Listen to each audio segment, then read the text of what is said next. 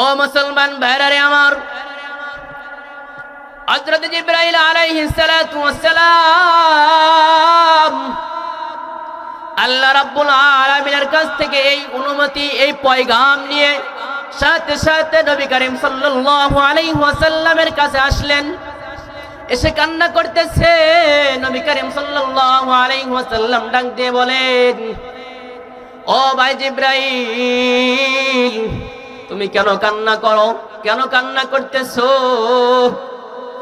জিবরাইল ডাক দিয়ে বলেন, হাবিব, আমি কান্না করতেছি আমি পরে এটা বলতেছি, আপনি কেন কান্না করেন সেটা বলেন।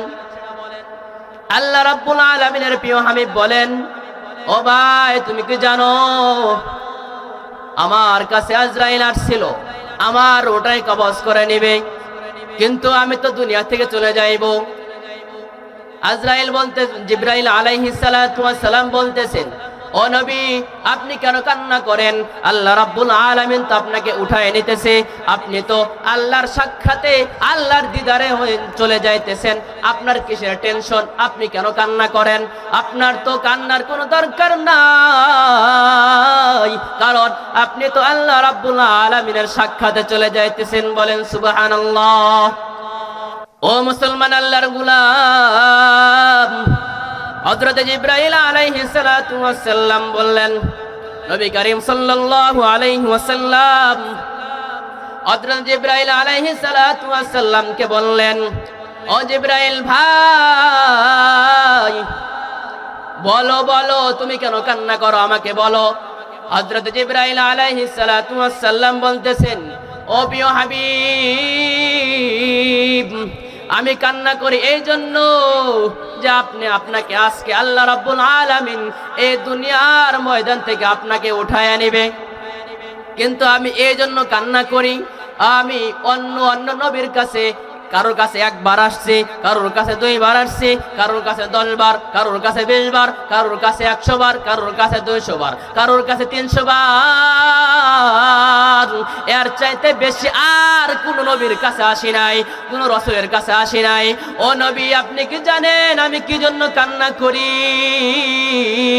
আমি এই জন্য কান্না করি যে আমি আপনার কাছে 10 বার, 100 বার, 200 বার, 300 বার, 1000 বার, 2000 বার নয়, আমি আপনার কাছে আল্লাহ রাব্বুল আলামিনের আরশে আজিম থেকে আপনার কাছে 24,000 বার ওহী নিয়ে, পয়গাম নিয়ে আপনার কাছে 24,000 বার আসছি। ও নবী, আজ থেকে আমার আপনার কাছে আসা বন্ধ হয়ে যাবে, আমি আর আপনার কাছে আসতে পারবো না, আমার লাইন বন্ধ হয়ে যাবে, আমার ওহী নিয়ে আসার লাইন বন্ধ হয়ে যাবে, আপনার সাক্ষাৎ আর পাবো না, আপনার কাছে আসা আমার আজ থেকে বন্ধ হয়ে যাবে, আর আসা হবে না। আমি এই চিন্তায় আমি জিবরাইল কান্না করি যে আমি যেই হাবিবের কাছে, যেই নবীর কাছে, আমি অন্য নবীর কাছে তো আসছি 200 বার, 300 বার, কিন্তু আপনি কেমন নবী, আপনি কেমন নবী যে আপনি উম্মতের জন্য পাগল। আপনি সেই নবীর কাছে আমি 2000, 5000, 10,000 বার নয়, বরং 24,000 বার আসছি, কিন্তু আজকে থেকে আর আমার আপনার কাছে আসা হবে না।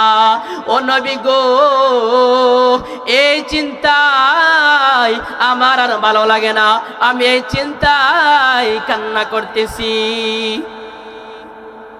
মুহতারাম হাজিরিন, মুসলমান আল্লাহর গোলাম,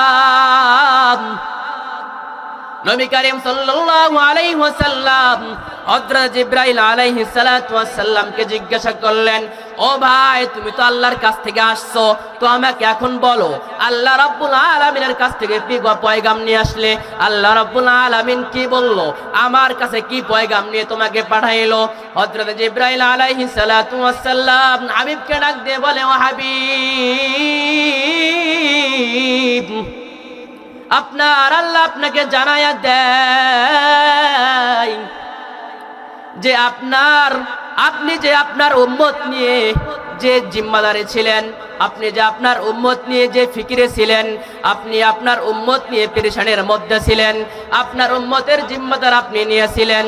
কিন্তু আজকে যে আল্লাহ রাব্বুল আলামিন আপনাকে উঠায়া নিয়ে যাবে, তার কাছে নিয়ে যাবে, তো আপনার উম্মতের দায়িত্ব কে নেবে? আপনার উম্মতের দায়িত্ব আপনার আল্লাহ রাব্বুল আলামিন নিজে আপনার উম্মতের দায়িত্ব নিয়ে নিয়েছেন। তখন নবী করিম সাল্লাল্লাহু আলাইহি ওয়াসাল্লাম জিবরাইলকে ডাক দিয়ে কয়, ও ভাই যাও, তাহলে এখন আর আমার কোনো সমস্যা নাই। আল্লাহু আকবার! কেমন নবী পাইলাম, তাই না? যে নবী আমাদের নিয়ে কি ফিকির করে।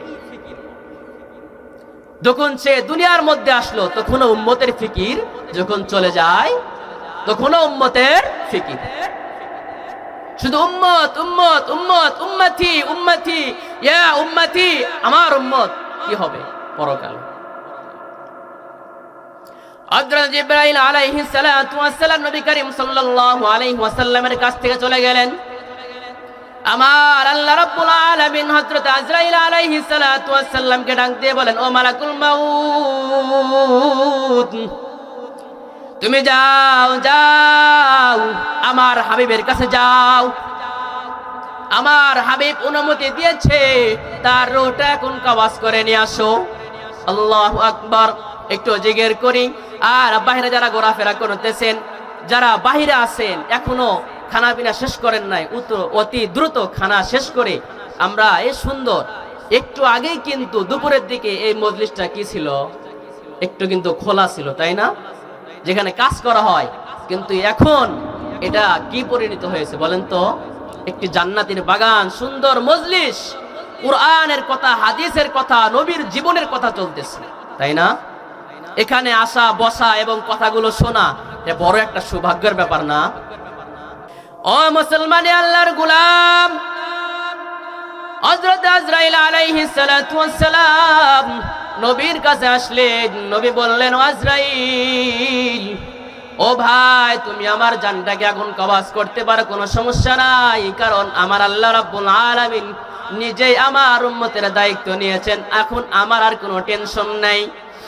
হযরত আজরাইল আলাইহিস সালাতু ওয়াস সালাম আমার প্রিয় হাবিবের জানটা, রূহটা কবজ করার জন্য তার বুকের উপর হাতটা রেখে দিল। হাত নবী করিম সাল্লাল্লাহু আলাইহি ওয়াসাল্লামের বুকের উপরে রাখার সাথে সাথে আমার হাবিব আজরাইলকে ডাক দিয়ে বলে, ও ভাই, তুমি আমার বুকের উপরে কি রাখলে যে এত ওজন, এত ভার? মনে হইতেছে তুমি আমার বুকের উপরে জমিন এবং আসমান দুইটাকে আমার বুকের উপরে তুলে দিয়েছো। ও ভাই আজরাইল, বলো বলো, তুমি আমার বুকের উপরে কি তুলে দিয়েছো? আমার মনে হইতেছে আমার বুকের উপরে তুমি আসমান জমিন দুইটাকে তুলে দিয়েছো। ও ভাই আজরাইল, আমাকে একটু বলো যে আমার উম্মতের রূহটা কি কবজ করার সময়ও এমনই হবে? আজরাইল বলে, ও নবী, আপনার উম্মত যদি নেক আমল করে, বেশি বেশি নেক আমল করে, গুনাহের কাজ না করে, আপনার সুন্নত মোতাবেক চলে, আমার আল্লাহ রাব্বুল আলামিন কি আদেশ করেছেন, কি নিষেধ করেছেন, এই অনুযায়ী যদি চলে, তাহলে আমি জিবরাইল তার রূহটা এমন ভাবে কবজ করব, তার রূহটা এমন ভাবে কবজ করব, সে টেরও পাইবে না, বুঝতেও পারবে না আমি তার রূহটা কেমন করে বাহির করলাম। শান্ত সুষ্ঠুভাবে আমি তার রূহটাকে বের করে নিব, বুকের ভেতর থেকে বাহির করে নিব। সে বুঝবেও না, টেরও পাইবে না যে তার অন্তর থেকে কি হলো, তার বুকের উপরে আমি চাপ দিছি কিনা, তার বুকের উপরে আমি হাত রাখছি কিনা, সে কিছুই বুঝতে পারবে না। সে শান্তিতে শান্তিতে তার রূহটা বের করে দিবে, শান্তিতে শান্তিতে হাসবে, হাসতে হাসতে মৃত্যুবরণ করবে। বলেন সুবহানাল্লাহ। কিন্তু নবী গো, পক্ষান্তরে আপনার উম্মত যদি নেক আমল না করে, কি না করে, নেক আমল না করে, গুনাহের কাজ করে, লুকায়া লুকায়া গুনাহের কাজ করে, সুদ খায়, হারাম খায়, সুদ খায়, হারাম খায়, একজনের থেকে সুদ খায়, হারাম খায়, এগুলা হারাম হালাল এগুলার কোনো তাওয়াক্কুল করে না, সবে খায়, মানুষের উপরে নির্যাতন করে, মানুষের থেকে সুদ নেয়, মানুষের থেকে ঘুষ নেয়, মানুষের উপরে নির্যাতন করে। ও নবী, আপনার উম্মতের কেউ যদি এরকম কাজ করে, গুনাহের কাজ করে, তাহলে আমি জিব্রাইল তার রূহটা আমি এমন ভাবে কবজ করব যে সে ছটফট ছটফট করতে থাকবে। নাউজুবিল্লাহ। মুমিন, তাহলে দেখেন আল্লাহর হাবিব সাল্লাল্লাহু আলাইহি ওয়াসাল্লাম এবং হযরতে আজরাইল আলাইহিস সালাতু ওয়াস সালামের দুজনের মধ্যে কি চলতেছে? কথোপকথন হইতেছে। এখানে কোনো মিথ্যার অবকাশ আছে? আমরা কিন্তু জানতে পারতেছি যে আমাদের মৃত্যুর সময় কি অবস্থা হবে, এটা কিন্তু হাবিব সাল্লাল্লাহু আলাইহি ওয়াসাল্লামকে জিবরাইল আজরাইল আলাইহিস সালাতু ওয়াস সালাম বলে দিয়েছেন। এরপরে হযরত আজরাইল আলাইহিস সালাতু ওয়াস সালাম নবী করিম সাল্লাল্লাহু আলাইহি ওয়াসাল্লামের রূহটা কবজ করে নিয়ে গেলেন। কিন্তু এই যে আমার আপনার যে মৃত্যু হবে, আমার আপনার যে জানটা কবজ করা হবে, এটার ব্যাপারে কি আপনার থেকে আমার থেকে, আপনার থেকে আমার থেকে কারোর থেকে কি অনুমতি নেওয়া হবে? কারোর থেকে অনুমতি নেওয়া হবে না। কিন্তু এই দুনিয়ার মধ্যে একমাত্র শুধুমাত্র আমার আপনার প্রিয় হাবিব সাল্লাল্লাহু আলাইহি ওয়াসাল্লামকে তার রূহটা কবজ করার জন্য তার থেকে অনুমতি চাওয়া হয়েছিল। ওরে মুসলমান ভাই, আল্লাহর গোলাম, আমি যে পয়েন্টটাতে ছিলাম, কি পয়েন্টটাতে ছিলাম বলেন তো একটু?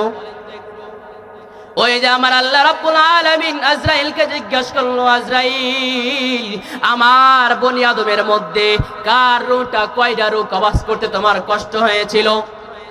এইটা যে মালাকুল মউতকে আমার আল্লাহ জিজ্ঞাসা করলেন।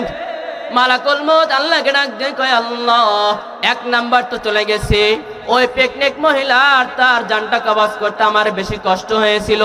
ও আল্লাহ, দুই নাম্বার ওই সাজ্জাদ, বাদশা সাজ্জাদ, তার রূহটা আমার কবজ করতে কষ্ট হয়েছিল। আপনারা বাদশা সাজ্জাদের নাম শুনছেন কখনো? শুনছেন? আমার আল্লাহ রাব্বুল আলামিন কে হযরত আজরাইল আলাইহিস সালাতু ওয়াস সালাম ডাক দিয়ে বলেন, ও আল্লাহ, বাদশা সাজ্জাদ এই দুনিয়ার মধ্যে সে জান্নাত নির্মাণ করলো। আপনার জান্নাতের মধ্যে কি কি থাকবে, কি খাবার থাকবে, কি ঘোরার জায়গা থাকবে, কি সুন্দর সুন্দর জায়গা থাকবে। ও আল্লাহ, ও আগের কিতাব থেকে, আগের নবীর কিতাব থেকে জেনে জেনে যে জান্নাতের মধ্যে কি খাবার থাকবে, কি সুস্বাদু খাবার থাকবে, কি ঘোরার জায়গা থাকবে, মানে যাবতীয় সব কিছু জেনে সে বাদশা সাজ্জাদ এই দুনিয়ার মধ্যে জান্নাত বড় প্রাসাদ নির্মাণ করে ফেললো। কিন্তু আল্লাহ, আমার আফসোস এখানে হয়েছে, আমার কষ্ট এখানে লেগেছে। ওই বাদশা সাজ্জাদ এত কষ্ট করে তার সম্পদ সবকিছু বিনষ্ট করে দিয়ে, তার সমস্ত সম্পদ লাগাইয়া দিয়ে, সব খরচ করে এই দুনিয়ার মধ্যে একটি জান্নাত নির্মাণ করলো, উচ্চ প্রাসাদ নির্মাণ করলো। তারপরে ওই বাদশা সাজ্জাদ একবারের জন্য ওই জান্নাতের মধ্যে পা রাখতে পারলো না।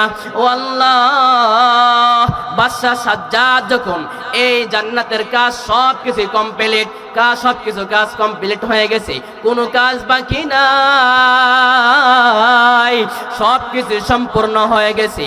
এই বাদশা সাজ্জাদ এখন ইচ্ছা করলো যে আমি একটু আমার জান্নাতের মধ্যে ঘুরে দেখব, কেমন জান্নাত বানাইলাম, দুনিয়ার মধ্যে কেমন জান্নাত বানাইলাম, একটু ঘুরে আসি আমি কেমন করে দুনিয়ার মধ্যে জান্নাত বানাইলাম। ওরে মুসলমান বাইরে আমার, মন দিয়ে কথাগুলো শুনবেন। ও মুসলমান, আল্লাহর গোলাম, হযরত আজরাইল আলাইহিস সালাতু ওয়াস সালাম আল্লাহকে ডাক দিয়ে কয়, ও মালিক, ওই যে বাদশা সাজ্জাদ সমস্ত কাজ শেষ হওয়ার পরে সে ঘোড়া নিয়ে আরোহণ করে জান্নাতে যাওয়ার জন্য রওনা হয়ে গেছে। তার ইচ্ছা যে আমার জান্নাতের মধ্যে একটাবার ঘুরে আসি। ওই যে বাচ্চা সাজ্জাদ জান্নাতের দরজায় এসে দাঁড়ালো, জান্নাতের মধ্যে এক পা দিল, ঘোড়ায় থেকে নামতেছে, ঘোড়ায় থেকে এক পা নামিয়ে জান্নাতের মধ্যে রাখছে, আর এক পা ঘোড়ার উপর। ও আল্লাহ, সাথে সাথে আপনার অর্ডার হয়ে গেল, আপনার অর্ডার হয়ে গেল, আপনার কমান পড়ে গেল। ও আজরাইল তুমি যাও যাও, ওই যে বাচ্চা সাজ্জাদ বেঈমানের জানটাকে কবজ করে নিয়ে আসো, বেঈমানের রূহটা কবজ করে নিয়ে আসো। আমি তাকে এত আমার রহমত দিয়ে তাকে লালিত পালিত করলাম, আর ওই যে বাচ্চা সাজ্জাদ আমার নাফরমানি করে, আমার সাথে চ্যালেঞ্জ করে, আমি যে জান্নাত বানাইছি এই জান্নাত তার ভালো লাগে না। ভালো না লাগার কারণে সে দুনিয়ার মধ্যে আমার সাথে চ্যালেঞ্জ করে আর একটা নতুন করে জান্নাত বানাইলো। ওরে আজরাইল তুমি যাও যাও যাও, একটা সেকেন্ডও বাচ্চা সাজ্জাদকে সুযোগ দিবা না, একটা সময়ও একটা সেকেন্ডটা সুযোগ দিবা না তাকে জান্নাতের মধ্যে তাকানোর। বাচ্চা সাজ্জাদ গোড়ার থেকে এক পা নামে জান্নাতের মধ্যে দিছে রে বাবা, আর এক পা গোড়ার উপরে। সাথে সাথে আল্লাহর অর্ডার হয়ে গেছে, জিবরাইল আমিন এসে বাচ্চা সাজ্জাদের জানটা কবজ করে ফেললো।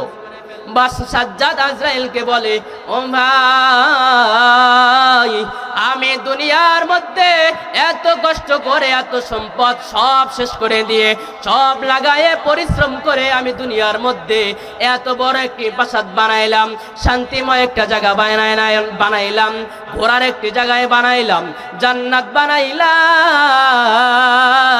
তুমি আমাকে একটা বারের মতো সুযোগ দাও, একটা বার মতো সুযোগ দাও, শুধু আমি জান্নাতে ঢুকবো আর চক্কর দিয়ে আসবো, একটা মিনিট সুযোগ দাও আমারে।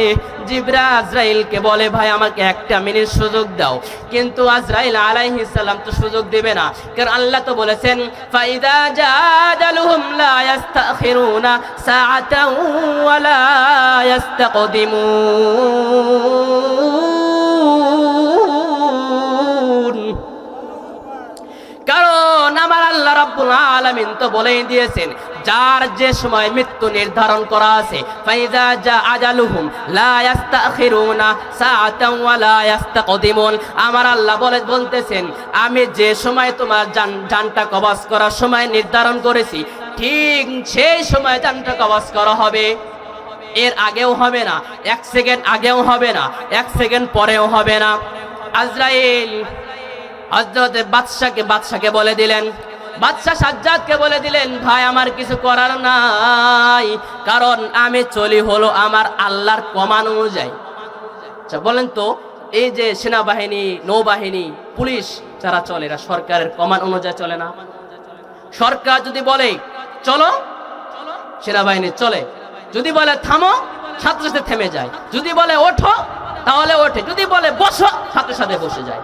তার মানে কি বুঝলাম আমরা? এখান থেকে বোঝা যাচ্ছে যে যখন যেটা কমন পড়ে সাথে সাথেই পালন করতে হয়। দুনিয়ার মধ্যে সাধারণত আমরা নেতৃবৃন্দ বা বড় কোনো লোকের একটা কমন বা একটা আদেশ, কমন মানে আদেশ, একটা আদেশ পাওয়ার সাথে সাথে কিন্তু পালন করি। তো আজরাইল বাদশা সাজ্জাদকে বলে দেয়, ও ভাই আমার কিছু করার নাই, আমার আল্লাহ রাব্বুল আলামিনের কমান পড়ে গেছে, আমি এখন কিছু করতে পারবো না। আল্লাহর অর্ডার হয়ে গেল, ও আজরাইল তুমি যাও বাদশা সাজ্জাদের রূহটা কবজ করে নিয়ে আসো। আজরাইল বাদশা সাজ্জাদের রূহটা কবজ করে নিয়ে গেল। পরে আল্লাহকে বলে, ও মালিক, ও দয়ার আল্লাহ, তুমি তো রহমান, তুমি রহিম, কিন্তু এই ব্যক্তির উপরে মাত্র একটা মিনিটের জন্য রহম করলে না। ও আল্লাহ, এই দুইটা ব্যক্তির রূহটা কবজ করার ক্ষেত্রে, রূহ কবজ করতে আমার বেশি কষ্ট লেগেছিল, কারণ এক নাম্বার যে পিকনিক মহিলারা ছিল, ওই গভীর সমুদ্র পেলার মধ্যে ওই জাহাজটা ডুবে গেল। জাহাজটা ডুবে যাওয়ার পর কেউ বাঁচা নাই, কেউ বেঁচে যায় নাই, সবাই মৃত্যুবরণ করেছে। গর্ভবতী মহিলা তোমার কুদরতে ওই কাষ্ঠের উপরে সন্তানরা জন্মগ্রহণ করলো, তোমার কুদরতে ভাবে জন্মগ্রহণ হওয়ার পর পরে তোমার কমন হয়ে গেল তার রূহটা কবজ করার। ও মালিক, আমি তার রূহটা কবজ করে আনলাম, তখন আমার ভীষণ কষ্ট লেগেছিল। 2 নম্বরে বাচ্চা সাজ্জাদ, আমি তার রূহটা কবজ করার ক্ষেত্রে আমারও অনেক কষ্ট লেগেছিল।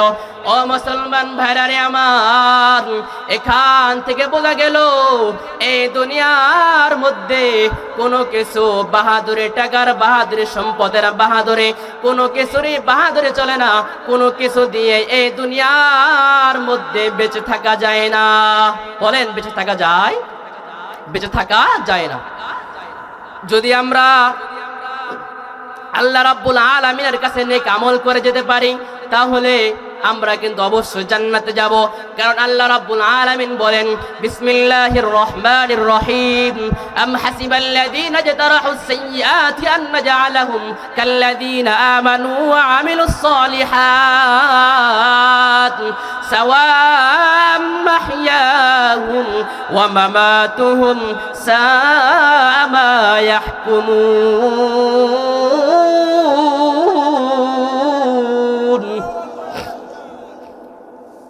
ওরে মুসলমান, আল্লাহর গোলাম, আমার আল্লাহ রাব্বুল আলামিন বদকারের রূহটা কবজ করবে কেমনে? আমার আল্লাহ কোরআনের পাকের মধ্যে বলে দিয়েছেন, দুষ্কারীদের আগে মনে করে, অহংকারীকারীর আগে, গুনাহগার ব্যক্তির আগে মনে করে যে আমি তাদের হায়াত এবং মৃত্যুর ক্ষেত্রে ওই ব্যক্তিদের সাথে করব, তাদের সাথে সম্মিলিত করব যারা ঈমান আনছে, কাল্লাযীনা আমানু ওয়া আমিলুস সালিহাত, যারা ঈমান আনছে এবং নেক আমল করছে, আমলে সালেহ করছে, আমি কি তাদের সমবেত করব? বলেন তো, এটা কি কখনো সম্ভব?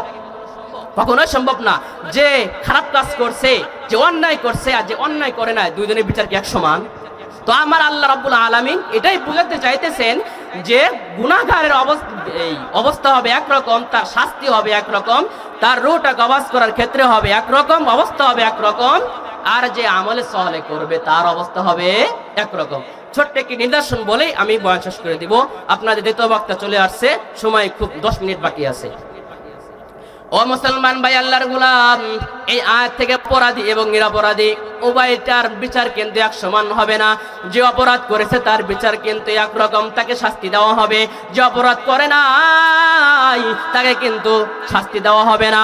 এই ব্যাপারে একদিন হযরত ইব্রাহিম আলাইহিস সালাতু ওয়াস সালাম হযরত আজরাইল আলাইহিস সালাতু ওয়াস সালামকে ডাক দিলেন, ও ভাই আজরাইল, তুমি বদকারের রূহটা কেমনে কবজ করো, আমাকে একটু দেখাও। তুমি বদকার, গুনাহের গুনাহগার ব্যক্তির রূহটা কোন সূরতে, কোন আকৃতি কবজ করো, আমাকে একটু দেখাও। হযরত আজরাইল আলাইহিস সালাতু ওয়াস সালাম, মালাকুল মউত ইব্রাহিম আলাইহিস সালাতু ওয়াস সালামকে ডাক দিয়ে বলেন, ও নবী, আমি বদকারের রূহটা যেভাবে কবজ করি আপনি সেটা দেখে থাকতে পারবেন না, আপনি সহ্য করতে পারবেন না, আমার আকৃতি দেখে আপনি থাকতে পারবেন না, বেহুশ হয়ে যাবেন। হযরত ইব্রাহিম আলাইহিস সালাতু ওয়াস সালাম হযরত আজরাইল আলাইহিস সালাতু ওয়াস সালামকে ডাক দিয়ে বলে, ও ভাই, কোনো সমস্যা নাই, কোনো সমস্যা নাই, আমি দেখতে পারবো। তুমি যেভাবে বদকারের রূহটা কবজ করো সেই আকৃতি ধারণ করো।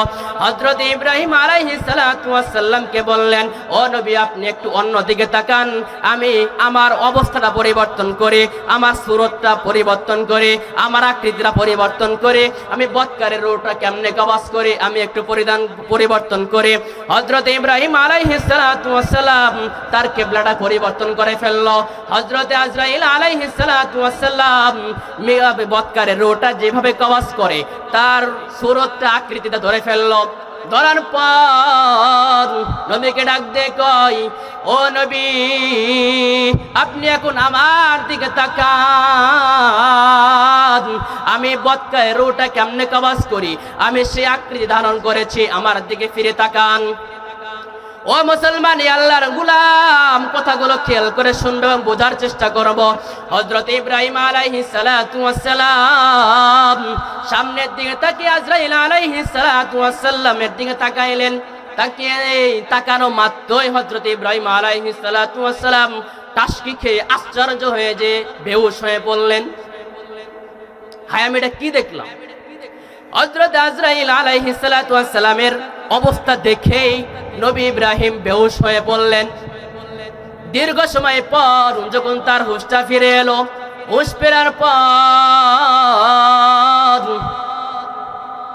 হযরত আজরাইল আলাইহিস সালাতু ওয়াস সালামকে বলে, ও ভাই, তুমি যে আকৃতি ধারণ করেছো, এই আকৃতি একজন দুনিয়ার মধ্যে একজন বদকার ব্যক্তি, একজন গুনাহগার ব্যক্তির জন্য যথেষ্ট, তার আর দুনিয়ার মধ্যে কোনো শাস্তি লাগবে না। ওরে মুসলমান ভাইরা আমার, হযরত ইব্রাহিম আলাইহিস সালাতু ওয়াস সালাম তার নিদর্শনগুলো বললেন। বদকারের রোটা যেভাবে কবজ করে, আজরাইল আলাইহিস সালাতু ওয়াস সালাম তার চক্ষুগুলো কত বড় হয়, অনেক বড় বড় 12টি চক্ষু বিশিষ্ট হয়। তার এক কাত থেকে আর এক কাত পর্যন্ত কয়েকদিনের রাস্তা, হেঁটে যাওয়ার কয়েকদিনের রাস্তা, এত দীর্ঘ পরিমাণ তার এক কাত থেকে আর এক কাত পর্যন্ত আরো এত বড় প্রশস্ত। ওরে মুসলমান ভাই, আল্লাহর গোলাম, হযরত আজরাইল আলাইহিস সালাতু ওয়াস সালাম যখন বদকারের রূহটা আকৃতি ধারণ করে, তার অবস্থা কেমন থাকে? তার মাথার চুলটা তার পা পর্যন্ত থাকে, মাথার চুলটা পা পর্যন্ত থাকে। ও মুসলমান, আপনারা বলেন তো, অনেক পাগল দেখছেন যাদের অনেক বড় বড় চুল, পেট পর্যন্ত চুল, মাথা পর্যন্ত চুল, বাপরে দেখতে কিন্তু একটু অন্যরকম লাগে, এমনিতেই ভয় লাগে। আর হযরত জিবরাইলের গরু সিংহের মতো দাঁত, অনেক বড় বড় দাঁত। এই দাঁতগুলো দেখেই তো মৃত ব্যক্তি অর্থাৎ যার জান কবজ করতে গেছে, সে দেখা মাত্রই তো সাধারণ ভয়ে কি হয়ে যাবে, বেহুশ হয়ে পড়বে। ও মুসলমান ভাই, আল্লাহর গোলাম, আমি আপনাদের সামনে এটা বলেই এটাই বুঝাতে চাইতেছি যে যদি আমরা নেক আমল না করে গুনাহের কাজ করি, তাহলে আজরাইল আলাইহিস সালাতু ওয়াস সালাম, মালাকুল মউত, আমার রূহটা কিন্তু খুবই খারাপ অবস্থায় কিন্তু কবজ করে নিয়ে যাবে, বাজে অবস্থায় আসবে। বাজে অবস্থায় আসার কারণে সে ভয়ে ছটফট করতে থাকবে। হায় হায়, আমি এটা কি দেখলাম, পাগলের মতো ছটফট করবে। ছটফট করতে করতে করতে ভয় এই দুনিয়া ছেড়ে চলে যাবে।